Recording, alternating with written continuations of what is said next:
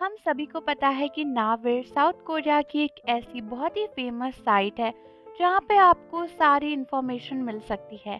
एक तरीके से कहा जाए तो यहाँ पे अगर गूगल है तो साउथ कोरिया में नावेर ही चलता है और वहाँ पे आपको हर एक डिटेल मिल सकती है बीटीएस के बारे में भी। इनफैक्ट बिग हिट बीटीएस का बहुत ही सारा कंटेंट नावेर पे ही अपलोड करते हैं।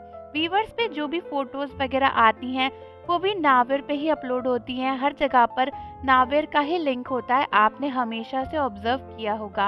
और पहले बीटीएस का ऐप वी लाइव भी नावेर का ही था, लेकिन उसके बाद उसे हटाकर व्यूअर्स पर ही बीटीएस के मेंबर लाइव आने लगे हैं।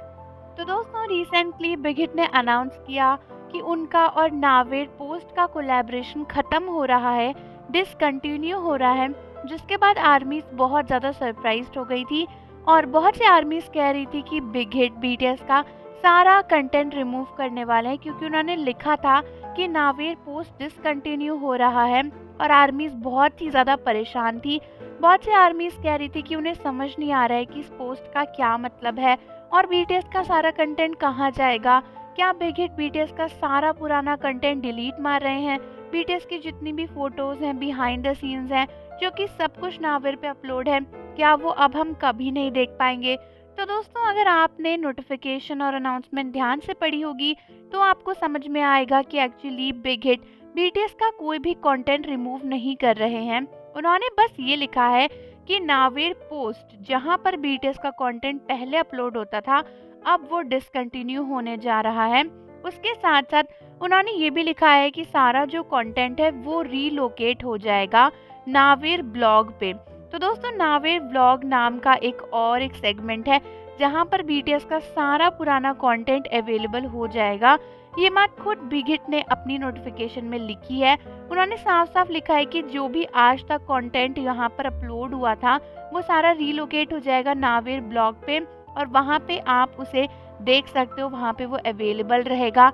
तो बेसिकली उन्होंने बीटीएस का सारा पुराना कंटेंट बचा लिया है ताकि वो डिलीट ना हो और आर्मीज उसे मिस ना करें, और सारा कंटेंट बचाकर वो उसे रीलोकेट कर रहे हैं एक नई जगह पर जो कि है नावेर ब्लॉग। और अब से बीटीएस के आने वाले जो भी न्यूज़ या फोटोज़ या जो कुछ भी है वो सब कुछ नावेर ब्लॉग पे ही आएगा व्यूवर्स के साथ साथ।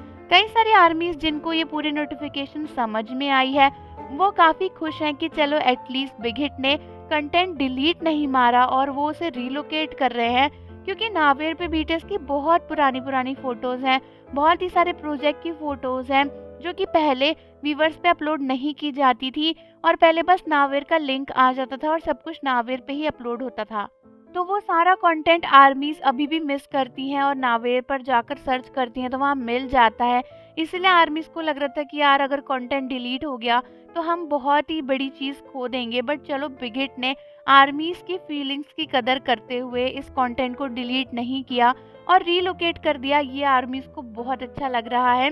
बट कुछ आर्मीज कंफ्यूज थे जिन्हें समझ नहीं आ रहा था, तो उन्हें यही लग रहा था कि सारा कंटेंट डिलीट कर दिया जाएगा और वो अब कभी भी बीटीएस का पुराना कंटेंट रिव्यू नहीं कर पाएंगी, उसे नहीं देख पाएंगी।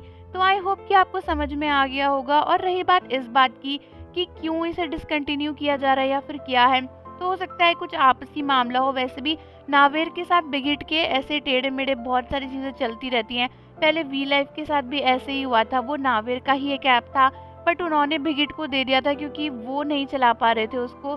बट बाद में उन्होंने फिर राइट्स का कुछ इधर उधर इशू किया था और फिर बिग हिट ने वी लाइव अपने साइड से बंद ही करवा दिया था। तो मतलब ये सब चलते रहता है, उतना डीपली हम नहीं समझ पाएंगे।